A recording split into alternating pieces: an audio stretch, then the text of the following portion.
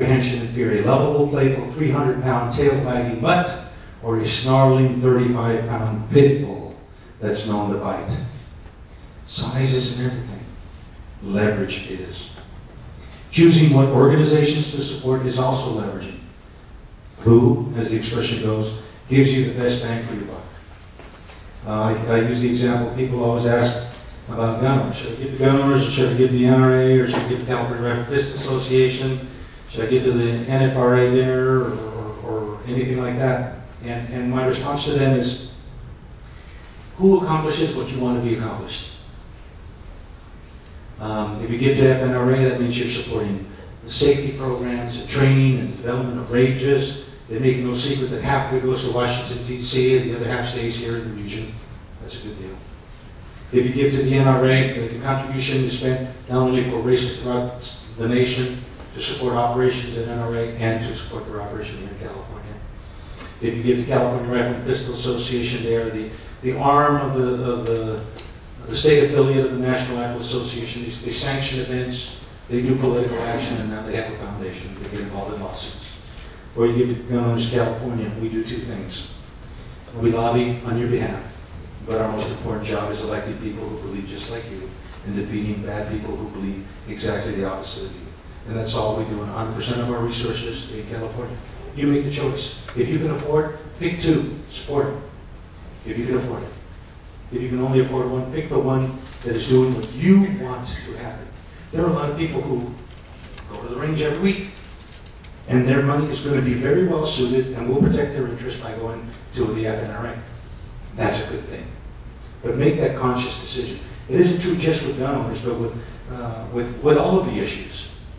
Support those groups that are accomplishing what you want to have accomplished. If your goal is to have political action accomplished, then support the people that have a political action committee, not just talking about it, but doing something about it. If you're not, did I read the last one? A number of conservative organizations are sizable, but do they affect politics? Do they spin off PAC groups? Are they directly affecting large blocks of votes? Or are they constantly sending out depressing literature pointing out some new inequity and offering little political direction on what to do about it? Sorry, typo. That finger. We all know organizations. We all get mail from groups that are big, large, supposedly influential, and you get lots of mail, and the next day you get more mail. And all of a sudden they want you to have their credit card, and do their insurance, and do all of these things. Are they doing what you want to do? If they're not effective giving dollars, participating in primaries, and electing good guys, then think long and hard about the next dollar you send. And I would venture to guess that the reason you're here is because you're trying to get political action done and trying to be part of it. There's a little exam each of us can get to test the leverage each organization we belong to.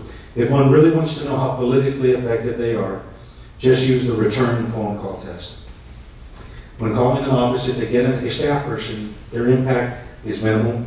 If they quickly get the legislator on the phone or get access to his home phone number, they'll know they have real leverage. Unfortunately, most citizens can't get beyond the receptionist.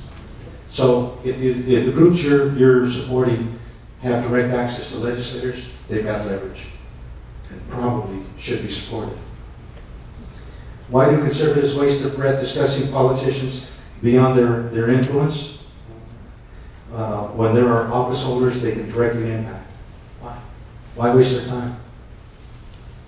You know, you can take a skunk and paint it green, paint it white, and it's still going to be a skunk.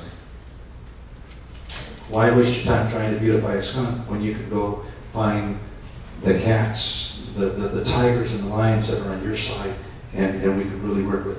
A significant reason is that there is little personal pain when discussing presidential politics, especially if your man loses. Okay, you know, we're good about talking about the president. And we'll wax eloquently, and we'll do something for him, and it's high profile, and it's so far away that, yeah, we get mad if the bad guy wins, especially if they ruin the economy, take all of our taxes, make us unemployed, ruin the businesses, make us, destroy our medical insurance and all that stuff. But in reality, personally, That isn't as painful as actually volunteering for somebody and having them lose. So a lot of people will just say, I can't take that pain. I can't take the chance of being hurt. It truly is something that happens. It's a phenomenon that happens in politics. So a lot of people don't get involved. You can be held responsible. I'll tell you a story. My first campaign, I managed a state senate campaign in 17th Senate District. It was all of Santa Cruz County, Monterey County, San Luis Obispo County. We were running with a guy named Eric C. Strand, who was a wonderful, amazing, patriotic Christian man. We were running against Senator Henry Mello of Watsonville. We ran this campaign. We worked our tails off for an entire year. We lost the election by 700 votes. We won by a huge margin in Monterey County, by a huge margin in San Luis Obispo County, and lost by an immense margin in Santa Cruz County. I went hunting with Senator Richardson to Idaho. He rewarded me for doing that and took me hunting to Idaho. And in one of our conversations, I had never been hurt so bad in my life. He said, you guys lost, it's your fault. What do you mean it's my fault? I did everything. I worked so hard. And he said, think about it. In the entire time you were there, what else could you have done to have gotten 700 votes? And through my tears, I had to sit there and evaluate that. How many times, how many days off did we take? How many afternoons did we not finish walking the precincts? How many times did we not get as many volunteers as we should have gotten to do a precinct walk and things like that? And 700 just goes through. And he was right. That hurts. But that's why a lot of people don't like to get involved in that stuff, because especially when elections are close, you could be held, you could start thinking, oh, could I have gotten 12 more votes? Like they did down in San Diego in that state senate race, 22 votes. You think Mary Salas isn't thinking, you know, I better go check, make sure all my family voted, because 22 of them didn't vote. I'm gonna treat myself. So a lot of people don't get involved for that. It's esoteric when you're talking about the president, not so when you're on the bottom side. We need to overcome that. Waxing eloquently about national presidential elections is esoteric and blue sky. Personal involvement in local and state elections truly mirrors one's commitment to good government. That's why we make it so personal. Politics is like baseball. Few make it to the big leagues unless they first learn the skills in the minors. Politics is no different. First get involved in local level, then state, and then if you have learned the trade, you may play in the big leagues. Most conservatives have been fans sitting in the bleachers, leaving the field of play to the left. You know, oftentimes Republicans have candidates that are business people. These are some of our brightest and biggest stars, you know, people that have been very successful in business. But they think that because they've been successful in business, all of a sudden they can run for governor or president or God. You know, they think they know how to do it all. Well, in reality, if they haven't learned the basics of how the government works, the minute they get to whatever office they're trying to get to, if they get there, they become completely frustrated because they can't make it work. They can't do it like a business. And because they haven't had the training, the experience, and they haven't developed the resources and the influence groups that can help them muscle around in there, they fail. And they just sit there and become good votes. No longer a leader. Say, I can't influence it, so I'm just going to be my good vote, wait out my term, and retire. Go out back to making millions of dollars. Some of them go back and they're so depressed that they can't even do that anymore. It's most ironic, those who hate big government and poorly advocate local control don't participate at the level where they can have the most immediate impact. We all hate big government. We can immediately impact our city councils and our boards of supervisors and our state assembly districts. And some people don't want to bother with them. That's why the number of people that are actually active is so small. Leftists, knowing that local offices serve as the starting point, the farm system to higher positions, seek out and fill seats on school boards, city councils, and a myriad of commissions and districts. A local office is an excellent place to start to build a base of operations. Come on. Even in good places, good towns, you go to the local community services district, and you find out that some of the people on that are absolute left-wing, flaming communists. You have no idea where they're coming from. And it's not because they're trying to be good citizens. It's because they have been planted and encouraged by the Democrat leadership. You need to begin here to understand how it works.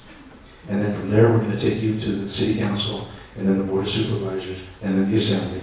Or we might put you through a detour, being as the leadership of a union or some association, and then we're going to make you a legislative staff, and then it will be your turn to elect. But you will know the process by then. So we can influence those. If we don't run, we need to find some of our friends who have that ability to do it, but have never, are a little timid. We need to encourage them. Go in and do it. They will learn at the ground level. The citizenry, although they complain about politics, choose more rapidly from those with experience in politics. In other words, those people that have experience, they get the support. Typically, in most cases, they don't stay in the city council or board of supervisors without getting a voting record and appealing to some constituency. And that constituency elects them. Now, Knucklehead, what's her name from the board of supervisors up here? She had a constituency that didn't show up to vote. At least 200 of them didn't. You know? So. Can't tell you how many conservatives I've interviewed who are willing to serve in the government, starting at the top. We talked about this. Americans aren't ignorant. They might be ignorant, but they're not fools. You know, why am I going to vote for this person that knows absolutely nothing about government? When they go up and start talking about stuff that even I know can't happen. They talk, make speeches and make comments about what they want to do to the government. But everybody knows they can't do that. Doesn't work that way. They prefer someone with a little bit of know-how. The one with experience, with no experience, rarely wins. It's a rare occasion when a neophyte who knows absolutely nothing wins. Working in local elections is a...